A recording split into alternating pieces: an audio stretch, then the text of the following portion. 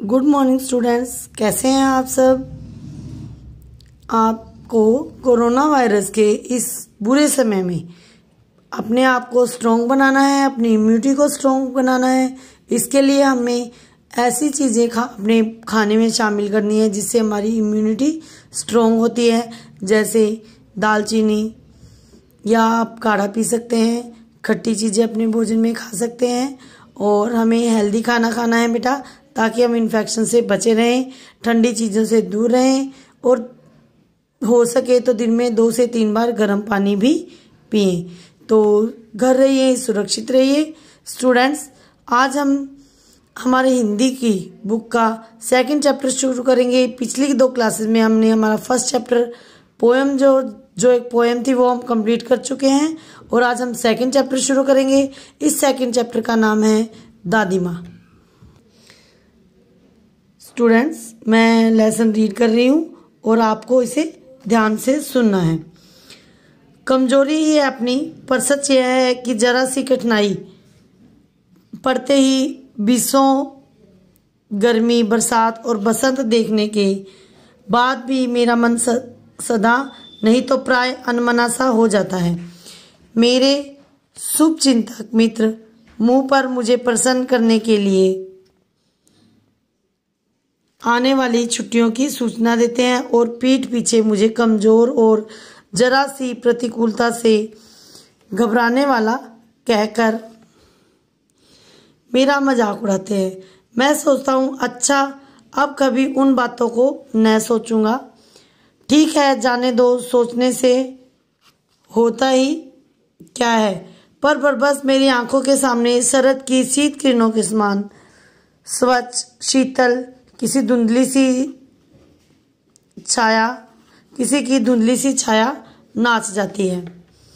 मुझे लगता है जैसे कंवार के दिन आ गए हैं और मेरे गांव के चारों ओर पानी हिलोरे ले रहा है। दूर से सिवान से बहकर आए हुए मोथा और साई की अधगली घासें, घेवर और बन प्याज की जड़ें तथा नाना प्रकार की बरसाती घासों के बीज सूरज की गर्मी से खोलते हुए पानी में सड़कर एक विचित्र गंध छोड़ रहे हैं। रास्तों में कीचड़ सूख गया है और गांव के लड़के किनारों पर झाग भरे जलाशयों में धमाके से कूद रहे हैं। अपने अपने मौसम की अपनी अपनी बातें होती हैं। आषाढ़ में आम और जामुन न मिले, चिंता नहीं। अगहन में चिवड़ा और गुड़ न मिले, दुख नहीं। चैत के दिनों में लाई के साथ गुड़ की पट्टी न मिले, अफसोस नहीं। पर कंवार के दिनों में गंधपूर्ण झाग भरे जल में कूदना ना हो तो बड़ा बुरा मालूम होता है। मैं भीतर हुड़क रहा था। एक दिन ही तो कूद सका था, नहा धोकर बीमार हो गया। हल्की बीमारी न जाने क्यों मुझे अच्छी लगती है।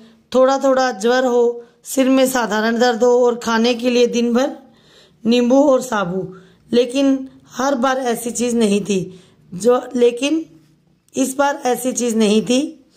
ज्वर जो चढ़ा तो चढ़ता ही गया, रजाई पर रजाई, और उतरा रात 11 बजे के बाद। दिन में मैं चादर लपेटे सोया था। दादी माँ आई, शायद नहा कर आई थी, उसी झाग वाले जल में।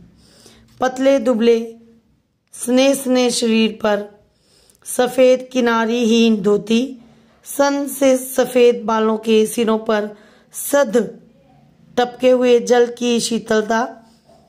आते ही उन्होंने सर पेट छुए, आंचल की गांठ खोल किसी अदृश्य शक्तिधारी के चबूतरे की मिट्टी मुंह में डाली, माथे पर लगाई। दिन रात चारपाई के पास बैठी रहती, कभी पंखा जलती, कभी जलते हुए हाथ पैर कपड़े से सहलाती, सिर पर दालचीनी का लेप करती और 20 बार छू छू कर ज्वर का अनुमान करती। हांडी में पानी आया कि नहीं, उसे पीपल की छाल से छोंका कि नहीं, खिचड़ी में मूंग की दाल एकदम मिल तो गई है। कोई बीमार के घर में सीधे बाहर से आकर तो नहीं चला गया आदि लाखों प्रश्न पूछ कर घर वालों को परेशान कर देती। स्टूडेंट्स, नेक्स्ट चैप्टर हम नेक्स्ट क्लास में पढ़ेंगे। Thank you.